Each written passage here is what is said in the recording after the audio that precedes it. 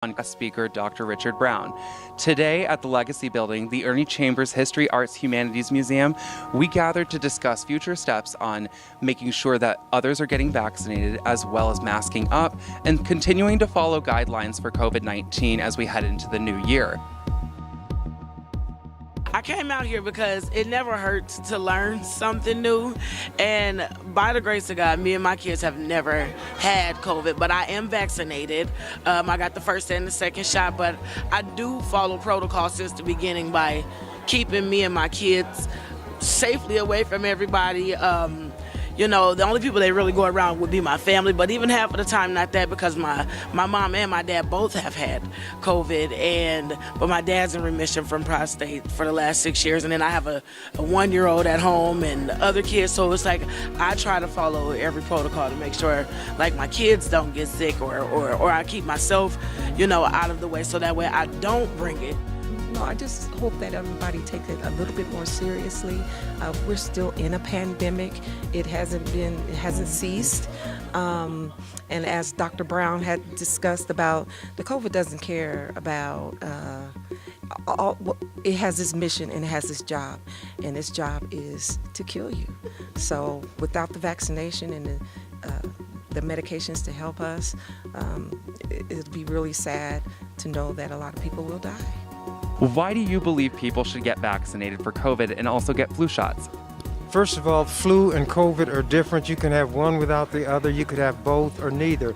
Anytime science and medicine, the ones who practice, say this is something that will protect you against these viruses, I get the vaccinations. As I said, I get a flu shot, the COVID shots, and I got all of the pneumonia shots that I needed. So if you can protect yourself, prevention is better than cure. I believe in the flu shot. I get it every year because of asthmatic and health conditions. It's worth it. And people should get vaccinated. It's by personal choice because I'm not, there's not enough evidence out there long term for me. But I've had COVID twice and I mask up wherever I go.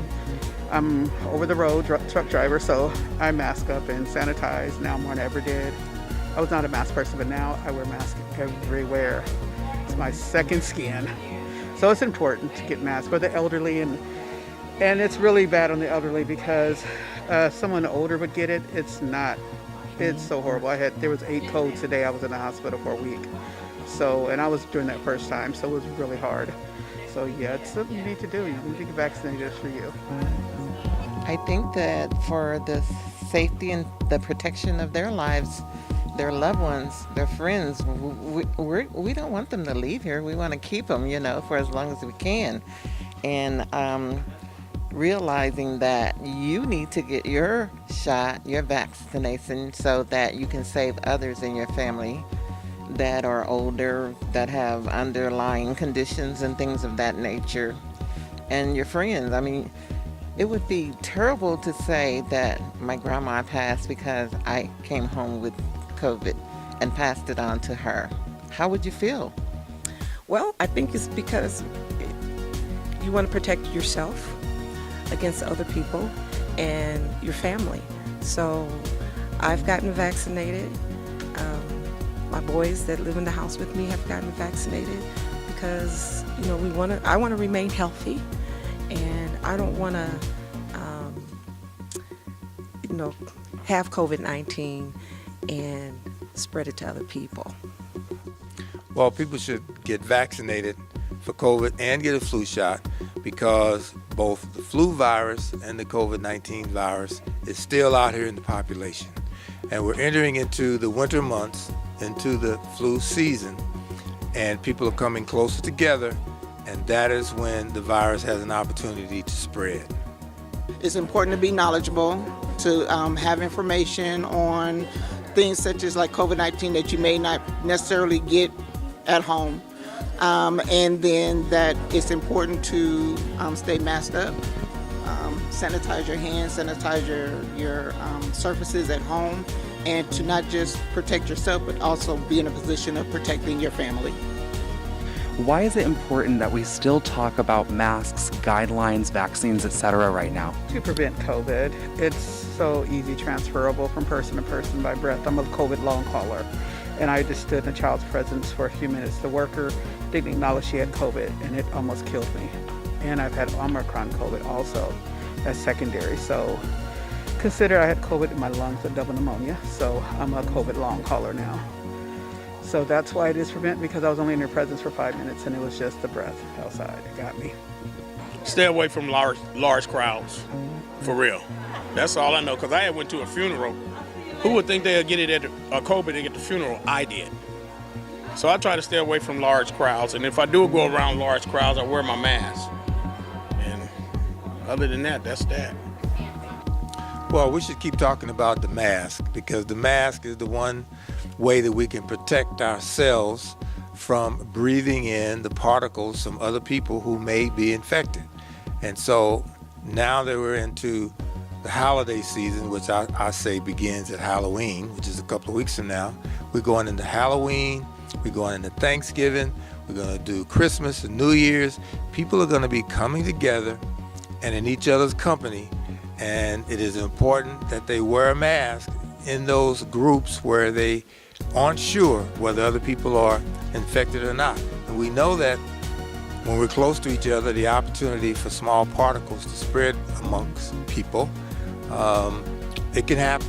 So I encourage everybody to wear that mask whenever they feel like they should, to protect themselves. Senator Chambers, do you feel that events like this need to happen more often as we approach winter and going into next year?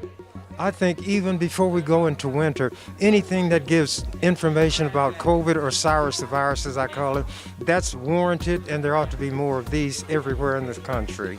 I haven't seen a lot of like this, but they do need to be more events like this to keep COVID aware on the front line, because right now it's just been brushed back with media and everything else. It's just like, well, there's no more pandemic. Now we shut everything down. But there still is a pandemic. Just don't acknowledge it because it's not worth the money now. So, but it's still something that's killing all of us. And we need more events like this in our community just to keep raise the awareness and keep it out on the front line. We need a lot more events like this. People are starting to gather more, and when we can find them gathering, we need to talk to them about what's going on, because a lot of people still don't understand how the virus works or how the flu works, and that when they're together and in the presence of each other, it's a good time to talk to them. I think in the very beginning, I don't think we all knew or understood the impact that it would have in the long run. I think we all treated it as sort of like the flu, that, okay, we'll get a couple of sniffles, we'll get sick, and then we'll get better. And we didn't realize, or maybe I should say I didn't realize, till today, in hearing the numbers of deaths across the United States, across the state of Nebraska, and then in Douglas County. And then to know that on one given day, that 3,000 people died in one day due to this virus. That lets you know just how dangerous it is and how important it is to mask up and to sanitize and to wash your hands. I'll just be glad when it's over with, because I had the COVID before, and thank God I got over it. And coming through little meetings like this, you learn more and more and more. Like I said, I just want it to be over with, but it doesn't look like it's not going to be over with in one day or whatever. But I'll be glad when it's over with. The virus is real. Its only mission is to kill.